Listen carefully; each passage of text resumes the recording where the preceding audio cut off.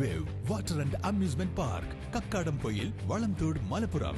വാൽപ്പാറ ദുരന്തം കണ്ണീരണിഞ്ഞ് നാട്.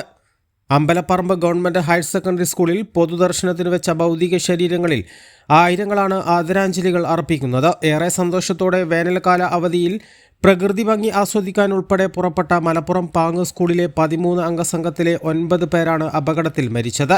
4 പേർ വിവിധ ആശുപത്രികളിൽ ചികിത്സയിലാണ്. ഇവരിൽ 3 പേരുടെ നില ഗുരുതരമാണ്. വാൽപ്പാറ 13-ാം വളവിലാണ് നാടിനെ കണ്ണീരിലാഴ്ത്തിയ ദുരന്തമുണ്ടായത്. ഇവർ സഞ്ചരിച്ച ട്രാവലർ 500 അടി താഴ്ചയിലേക്കാണ് മറിഞ്ഞത്. അമ്പലപ്പറമ്പ് സ്കൂൾ മുറ്റത്തു നിന്നുള്ള കാഴ്ച ഏതൊരാളിൻ്റെയും ഹൃദയം തകർക്കുന്ന കാഴ്ചകളാണ്. ഒരു സ്കൂളിലെ ഒരു അധ്യാപകനൊഴികെ ബാക്കി മുഴുവൻ അധ്യാപകരും മരണത്തിന് കീഴടങ്ങി. വയനാട് മുണ്ടക്കൈ ദുരന്തത്തിൽ വിദ്യാർത്ഥികൾ മരിച്ചപ്പോൾ കണ്ണീരണിഞ്ഞത് നമ്മൾ കണ്ടതാണ്. എന്നാൽ അമ്പലപ്പറമ്പ് സ്കൂൾ മുറ്റത്ത് തങ്ങളുടെ പ്രിയപ്പെട്ട അധ്യാപകരുടെ ചേതനയറ്റ മൃതദേഹങ്ങൾക്ക് മുന്നിൽ പൊട്ടിക്കരയുന്നതാണ് കാണുന്നത്.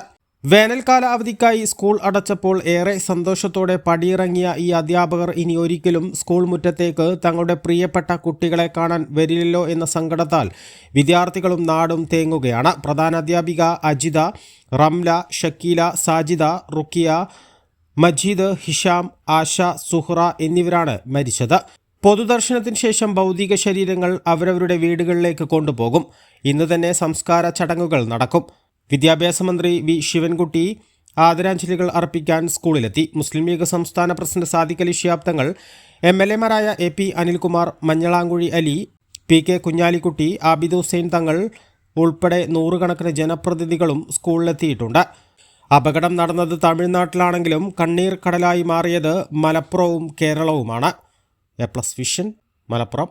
KTH Jewelry, Silver, Gold and Diamond, KNS Building near Grameen Bank, Agampadam.